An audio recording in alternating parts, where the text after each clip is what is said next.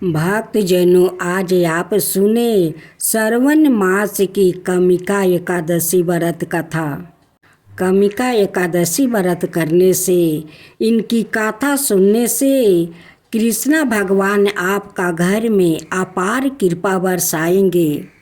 कुंती पुत्रा धर्मराज युधिष्ठिर कहने लगे, हे भगवान, आषाढ़ शुक्ला देवसायनी एकादशी और चतुर्मास व्रत महात्म्य मैंने भली प्रकार से सुना है। अब कृपा करके श्रवण कृष्णा एकादशी का क्या नाम है, सो आप विस्तार पूर्वक कहिए। श्री कृष्णा भगवान कहने लगे कि हे युधिष्ठिर, इस एकादशी की कथा को एक समय ब्रह्मा जी ने नारद जी से कहा था, वही मैं तुम्हें कहता हूँ।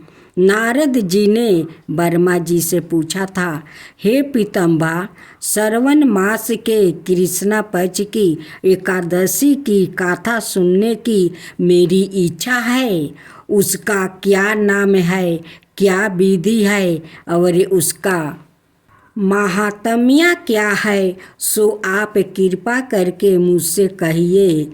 नारद जी के यह वचन सुनकर ब्रह्मा जी ने कहा, हे नारद, सब लोक के हित के लिए तुमने यह बहुत सुंदर प्रश्न किया है। श्रवण मास के कृष्ण पक्ष की एकादशी का नाम कमिका है। उसके सुनने से मात्रा से बच पाए जग का फल मिलता है।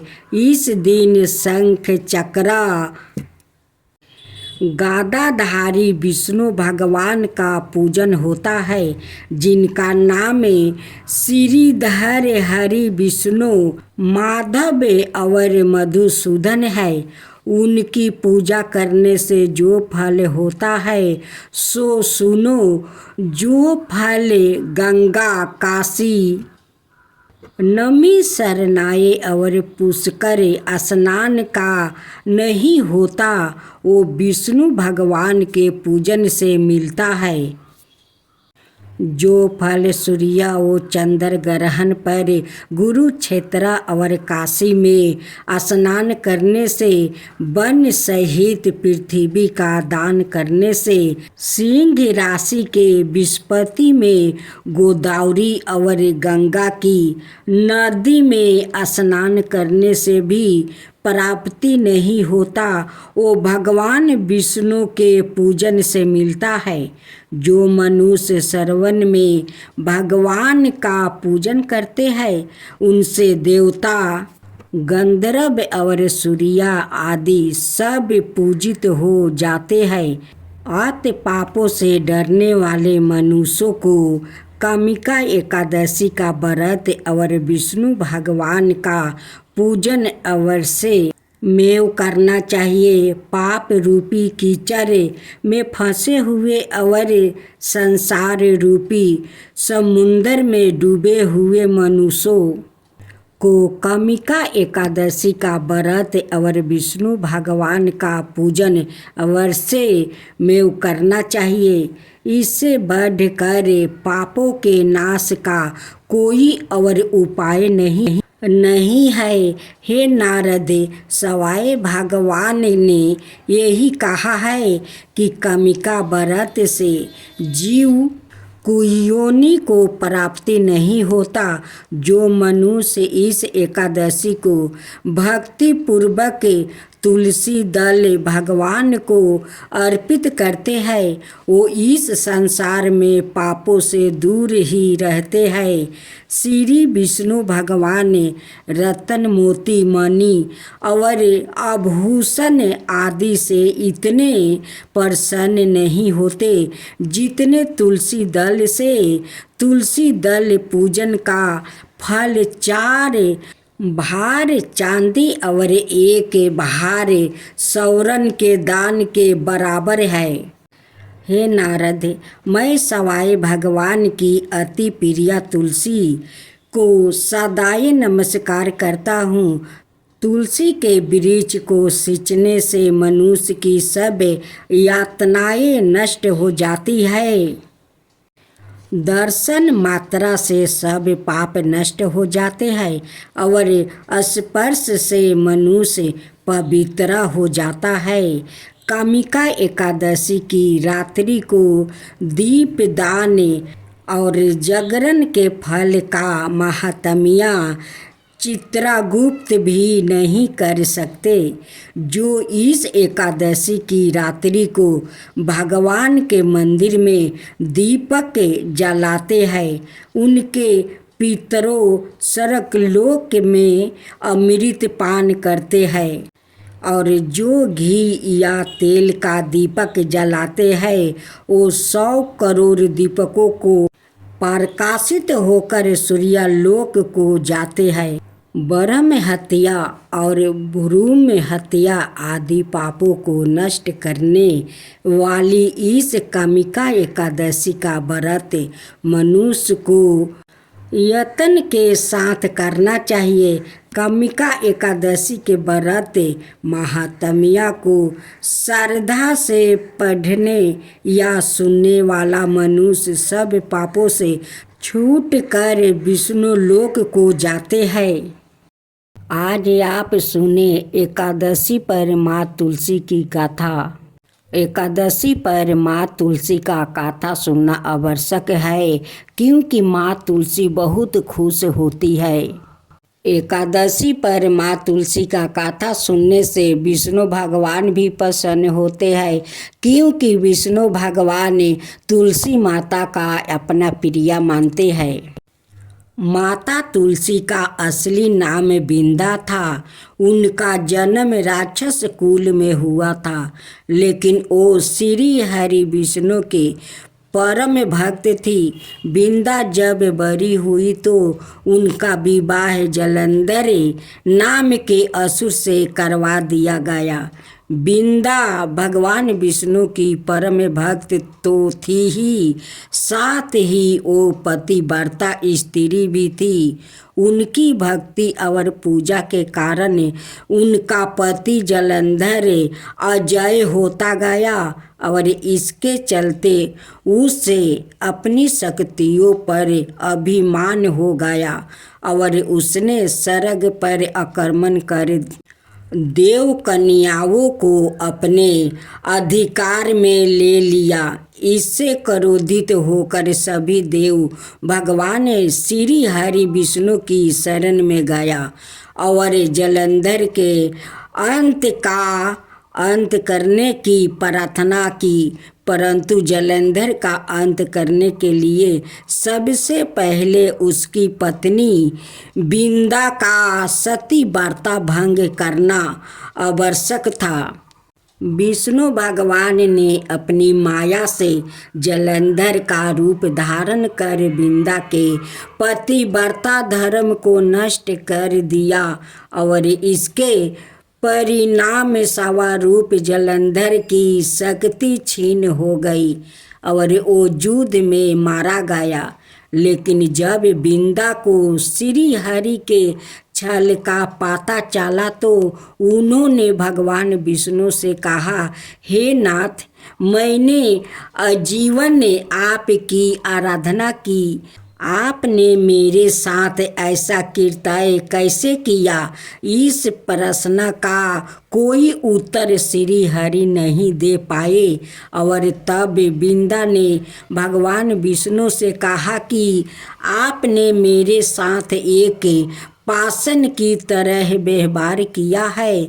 आपको श्राप देती हूँ कि आप पाषाण बन जाए। यह कहते ही भगवान श्री हरि पत्थर समान हो गए और दृष्टि का संचालन बिगड़ने लगा। तब देवताओं ने बिंदा से याचना की कि वो अपना श्राप वो वापस ले ले। भगवान विष्णु भी बिंदा के साथ हुए छल से लज्जित थे और अंत में उन्होंने भगवान विष्णु को क्षमा कर दिया और भगवान विष्णु को श्राप मुक्त कर दिया। जलंधर के साथ सती हो गए। बिंदा की राख से एक पौधा निकला जिसे श्री हरि विष्णु ने तुलसी नाम दिया और वरदान दिया कि तुलसी के बिना मैं किसी भी प्रसाद को ग्रहण नहीं करूँगा। मेरे शालिग्राम रूप में तुलसी का विवाह होगा और कालांतर में लोग इसे स्थिति को तुलसी विवाह करेंगे। उन्हें सुख और सौभाग्य की प्राप्ति होगी। आज आप सुने दो बहनें और तुलसी की कथा। गणेश भगवान रिद्धि और सिद्धि से दो बहनों को कैसे कथा सुनाते हैं, तो आइए हम लोग कथा सुनते हैं। एक दिन गणेश भगवान अपना दोनों पत्नियां रिद्धि और सिद्धि के साथ ओबरमन कर रहे थे। तभी रिद्धि और सिद्धि को वो दो बहनें पर नज़र पड़ते हैं। तब कहती है कि स्वामी थोड़ा ठहर जाइए। तभी रिद्धि सिद्धि कहती है गणेश जी से कि स्वामी वो दो बहनों को देखिए कैसे तुलसी माता को पूजा कर रही है। रिद्धि और सिद्धि गणेश जी से कहती है स्वामी ये दोनों बहनें के बारे में कुछ कहानी सुनाइए। गणेश जी कहते हैं कि ठीक है, तुम लोग को ये दोनों बहनें के बारे में कथा सुनाता हूँ। ये दोनों लड़कियों को तुम लोग देख रही हो, ये दोनों लड़की सेठ जी का बेटी है। बड़ी बहन के नाम है सीता और छोटी बहन के नाम है गीता। सीता बहुत श्रद्धालु और पूजा पाठ में श्रद्धा भक्ति रखती है।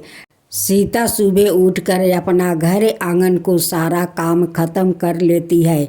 स्नान करके तुलसी माता को श्रद्धा भक्ति से पूजा करती है। गीता सोकर उठती है, नहीं हाथ पैर धोती है, नहीं अपना कपड़ा बदलती है, वैसे ही जाकर तुलसी में जल ढाल देती है। कभी कभी तो गीता एक हाथ से कुछ खा रही है और दूसरे हाथ से तुलसी में जल ढाल रही है। क्योंकि गीता का पूजा पाठ में तो मन नहीं था और नहीं वो करना चाहती थी। उनकी पिताजी कहते हैं कि दोनों बहनें मिलकर तुलसी का सेवा करो। गीता अपना पिताजी के दिखावा के लिए करती है या जाकर कहती है कि पिताजी मैं तुलसी का पूजा कर लिया। देखते देखते सेठ जी के दोनों बेटी बड़ी हो जाती है। एक दिन सेठ जी अपना दोनों बेटी के लिए घर बार ढूंढने जाते हैं और ढूंढ कर वो दोनों बेटी को शादी कर देते हैं। दोनों अपना अपना ससुराल चली जाती है। सीता अपना ससुराल में सारे घर को संभाल लेती है, पूजा पाठ करती है, सास ससुर को सेवा करती है, अपना पति को सेवा करती है। लेकिन गीता अपना ससुराल में नहीं सास ससुर के सेवा करती है और नहीं कोई भगवान को ठीक से पूजा करती है। वो करती है तुलसी को तो नहीं स्नान करती है, नहीं कपड़ा बदलती है। वो जैसे रहती है वैसे ही जाकर तुलसी में जल ढाल देती है। एक दिन तुलसी माता गीता का हरकत देख कर गीता का सारा संपत्ति नष्ट कर देती है। क्योंकि गीता ऐसी हरकत कर रही थी, एक हाथ जल देती है तो दूसरे हाथ से वो पाता छीर छीर कर खा लेती है। अपना जूठा हाथ जाकर तुलसी का मंदिर के पास धो लेती है। इसीलिए उनकी सारा धन नष्ट हो जाता है। एक दिन उनकी सास ससुर गीता का हरकत देखकर घर से निकाल देते हैं। कहते हैं कि जब से तू आई है मेरा सारा धन नष्ट हो गया, मेरा धन बिला गया। तू तो कुलच्छनी है, नहीं धर्म से पूजा पाठ करती है और नहीं घर के ठीक से काम करती है। तेरे कारण मेरा सारा धन नष्ट हो गया। तुझे मैं अब एक पल अपना घर में नहीं रखूँगी। तू चला जा, अपना महके चला जा। गीता रोती बिलखती अपना महके आ रही थी। उसी समय उनकी बड़ी बहन सीता और उनकी पति वो भी महके आ रहे थे। सीता अपनी गीता बहन को हालत देखकर बहुत दुखी हो जाती है और पूछती है कि बहन गीता, तुम्हारा क्या हुआ कि तुम्हारा ऐसा हालत हुई है। गीता अपनी बड़ी बहन को कुछ नहीं बताती है। सीता समझ जाती है कि ये तो मैके में थी, तो जैसे तैसे माँ तुलसी का मंदिर में जाकर जल देती थी, उसी कारण इनकी ऐसा हालत हुई है। सीता अपनी छोटी बहन गीता को अपना घर ले जाती है। वो महके नहीं जाती है क्योंकि गीता का ये हालत देखकर पिताजी उदास हो जाएंगे, उसलिए सीता अपना घर लेकर चली जाती है। गीता को समझा बुझाकर कुछ धन देती है या धन देकर जाकर उनकी ससुराल में गीता को छोड़ आती है। उनकी सास ससुर को बुझा देती है कि अब ऐसा कभी वो नहीं करेगी, अब धर्म पालन करेगी। अब तो गीता अपना ससुराल में जाकर सास ससुर का सेवा करने लगी, तुलसी माता का पूजा करने लगी, विष्णु भगवान का पूजा करने लगी। अब बहुत धर्म निष्ठा से वो पूजा पाठ करने लगी, अपना सास ससुर को सेवा करने लगी। तुलसी माता गीता का श्रद्धा भक्ति देखकर उन पर प्रसन्न हो जाती है और उनकी सारे संपत्ति धन लौटा देती है। गीता उस समय माँ तुलसी का पूजा कर रही थी। उसी समय माँ तुलसी उन्हें दर्शन देती है। माँ तुलसी गीता से कहती है कि देखो बेटी, कभी भगवान को पूजा करो तो अच्छे से नहा धोआकर स्वच्छ हो जाओ, तब तुलसी माता का पूजा करो। कोई भगवान को पूजा करो तो नहा धोआकर स्वच्छ होकर पूजा करो। जो मनुष्य धर्म पूर्वक तुलसी माता का पूजा करते हैं, विष्णु भगवान का पूजा करते हैं, उन पर माँ तुलसी प्रसन्न होती है, विष्णु भगवान भी प्रसन्न होते हैं और उनकी सारे इच्छा पूर्ण कर देते हैं। गणेश भगवान रिद्धि और सिद्धि से कहते हैं कि रिद्धि सिद्धि ये दोनों बहनों को देखी माँ तुलसी का कैसे श्रद्धा भक्ति से पूजा करने लगी। उनकी बड़ी बहन अपना छोटी बहन को कितना अच्छा से समझा बुझाकर उनकी ससुराल में जाकर दियाती है और वो जाकर अपना ससुराल में अच्छे से सास ससुर को सेवा करती है, माँ तुलसी का पूजा करती है। और माँ तुलसी उस गीता पर प्रसन्न होकर उनकी सारे धन लौटा देती है। यही है माँ तुलसी और दो बहनें की कहानी। एक कहानी को समझी। रिद्धि सिद्धि कहती है कि हाँ स्वामी, मैं समझ गई। माँ तुलसी सारा देश दुनिया का घर घर में बास लेती है। यही माँ तुलसी का कहानी है। जय माँ तुलसी, जय माँ तुलसी। जय जय तुलसी माता, जय जय तुलसी माता, सब जग की सुखदाता वरदाता। जय जय तुलसी माता, जय जय तुलसी माता। सब योग के ऊपर, सब रोग के ऊपर, रुज से रक्षा करके भाव तराता। जय तुलसी माता, रुज से रक्षा करके भाव तराता। जय तुलसी माता। बाहु पुत्री है सयामा, सुरबली है गारामा, विष्णु प्रिया जो तुम के सेवे सो नर तर जाता। जय जय जय तुलसी माता, जय जय जय तुलसी माता। हरि कैसी सबीरा मारते, त्रिभुवन से हो बनती थी पतिति जनों की तारानी, तुम्हें हो भी खाता। जय जय तुलसी माता, जय जय तुलसी माता। लेकर जन्म बिजन में आई दिव्य भवन में, मानव लोगी तुम्हीं से सुख सनपति पाता। मानव लोग तुम्हीं से सुख सनपति पाता। जय जय तुलसी माता, जय जय तुलसी माता।